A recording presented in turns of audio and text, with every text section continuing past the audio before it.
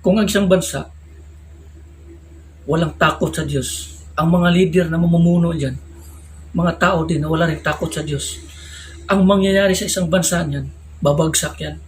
Babagsak ang ekonomiya, maghihirap ang isang tao, kakulangan sa mga trabaho or sa anuman yung pangangailangan ng bawat isa. Ganyan ang mangyayari kung ang isang bansa walang kinikilalang Diyos. May kinikilala nga ang Diyos, wala naman sa puso, kundi sa bibig lamang ng tao. Ito ang nangyayari sa bansa natin ngayon. Masama. Pagpatuloy itong ganito, marami pong maghihirap sa atin. Kulangan tayo sa disiplina at ang mga tao din naman wala rin disiplina. Patuloy pa rin sa paggawa ng kasamaan. Sa oras na patuloy tayong gumagawa ng kasamaan against God, lalong maghihirap ang bansang ito. Kasi pag sa oras na ang tao lalayo sa Diyos, iti-take over yan ni Satanas. Kaya yan, kung sino man yung namumuno sa atin yan, kontrolado na yan ni Satanas, ang gobyerno. Pag ang mga tao na dyan nakaupo dyan, mga tao na ni Satanas, hindi na yan mag-iisip sa kapakanan ng kanilang mga sagkatauhan, kundi ang kapakanan ng kanilang mga sarili. Pira-pira na lamang yan. Dito sa atin, isa lang ang magpapabago talaga. Babalik tayo sa ating Panginoon upang siya magpili ng isang leader na siyang gagabay o mamuno sa bansang ito. Pero sa oras na tayo ay patuloy na nagiging masama, ang makaupo din yan na leader, ganun din kasama. Pero sa panahon ngayon, hindi na mangyayari yan na may makaupo dyan na mga leader no, na iniisip ang kapakanan ng iba. Kasi patungo na tayo sa isang mundo no, na patapos. Ang tangi natin gagawin ngayon is to follow and to obey the will of God. Yan lang talaga. Huwag ka nang umasa dyan sa iba't ibang mga ano dyan. Kasi darating yung araw na mamamatay tayo pagdating ng araw. Hindi tayo magtatagal dito. Yung buhay na inihanda ng ating Panginoon doon sa kanyang kaharian, yun na lang ang ating pangarapin. Hindi dito sa mundong ito no, na kaginhawaan. Kasi habang nandito pa tayo sa mundong ito, wala talagang kapayapaan na matatamo ang isang tao o kaginhawaan, kundi paghihirap at pagtitiis. Sila lamang na mga tao, na mga masasamang tao, or hindi nag-iisip sa kapakanan ng iba, ang siyang giginhawa dito sa mundong ito, ay siyang mamuno. Pero pagdating ng araw, yung mga taong din yan, ilalayo din yan sa presensya ng Diyos. So kung kayo, pipiliin nyo yung mga taong yan, sasabay kayo sa mga taong yan. Kung saan sila patungo, doon din kayo patungo. Pero kung lalayo kayo dyan sa mga taong yan at pupokus kayo sa ating Panginoon, ang Diyos, mapagkatiwalaan. Mapagkatiwalaan sa kanyang mga pangako at matatanggap na bawat isa ang bawat pangako ng Diyos. Na buhay na walang hanggan doon sa kanyang kaharian. Pero maraming mga tao pa dito na na-influensya sa mga politiko. Panaysiraan, away, ganito, ganyan. May mga tao din naman na mga inosente, biglang napasukan ni Satanas kasi nga nakabasa sa mga ganito, ganyan. Ay, nagagalit na rin. Di ano mangyayari sa isang tao? Ikaw at sila walang pagkakaiba. Sumusunod na kayo sa daan patungo sa kapahamakan at sa kaparusahan. Isa lamang ang ating magagawa. Forgiveness. As the Lord forgive. No? Sa ating mga kasalanan. Huwag kayong susunod yan sa mga vlogger na yan na panaysira sa mga gobyerno. Yaan yun sila. Focus kayo sa Panginoon. Kasi pag yan pinapansin nyo, maniwala kayo. Ikaw at sila magkapareho. Babagsak kayong lahat sa impyerno dahil nga sa hatred na nakatatak sa puso nyo. Kung dito sa puso nyo, andyan yung hatred o galit sa kapwa nyo, never talaga yan maghahari ang Diyos sa puso niyo, kundi si Satanas ang nasa puso niyo. Kasi si Satanas pumunta dito to kill and destroy and to deceive, to steal, kill, deceive, and destroy. Yun yung ginagawa ni Satanas. Kung yan mga bagay na yan, ginagawa mo or nadala ka sa kanila, you are being deceived by Satan.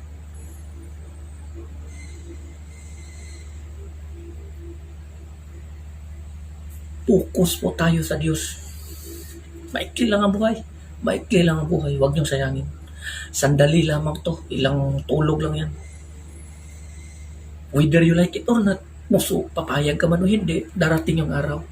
Matatapos tayo dito sa mundong ito. Mawawala tayo sa mundong ito isa-isa by bats. Haharap tayo sa ating Panginoon. Doon na natin malalaman ang totoong mundo na ating tatahakin. Maraming mga tao dito sa mundong ito nasisilaw sa kayamanan. Nagnakaw, nangurap, sa kunting halaga, ninanakaw pa. Kung ikaw isang tao na hindi mapagkatiwalaan sa maliit na bagay dito sa mundong ito, pagdating ng araw, sinong magtitiwala sa iyo sa isang bagay na para sa iyo sana na mananatili or magpakailan pa man? Walang magtitiwala sa iyo niyan. Paano ipagtitiwala sa iyo ng Panginoon ng mga kanyang kayamanan at kaharian kung dito pa lang sa mundong ito, hindi ka na mapagkatiwalaan, na ninanakaw mo na. Kaya change your mindset, no? Baguhin natin yung mundo natin, baguhin natin yung isip natin.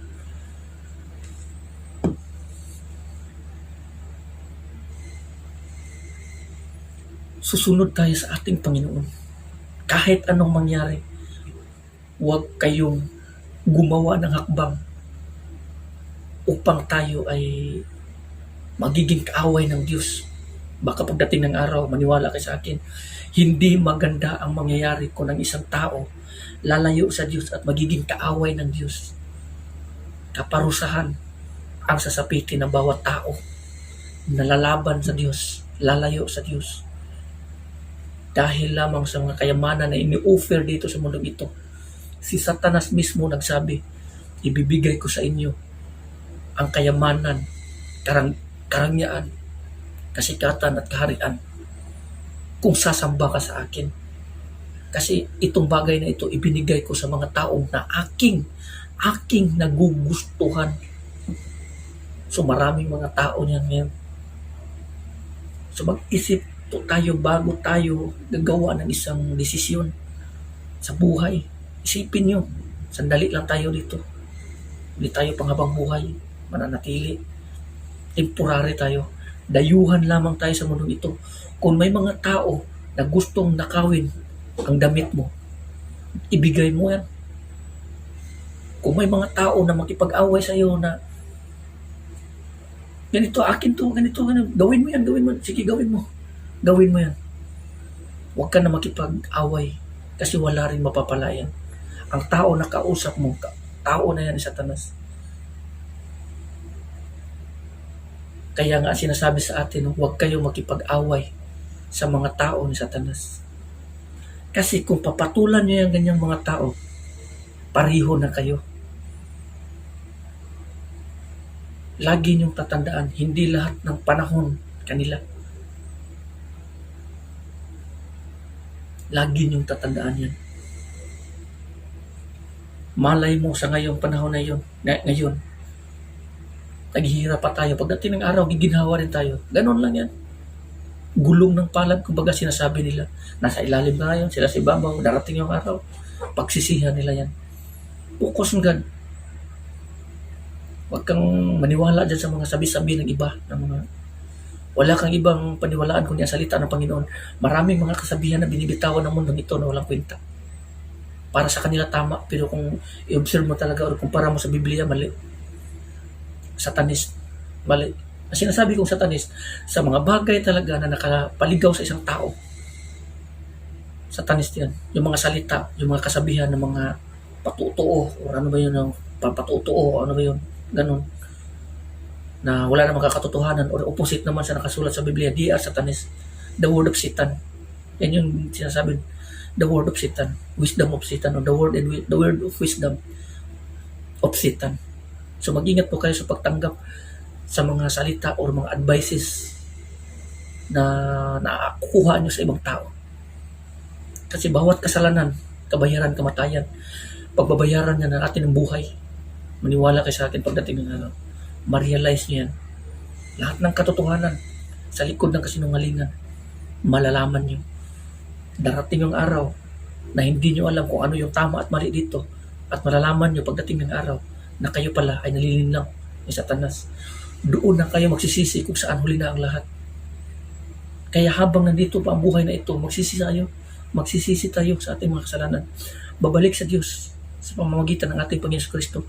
Jesus Christ is the only way to the Father and Savior. Walang makakapunta sa Ama. Walang ibang puntahan natin. Walang ibang daan.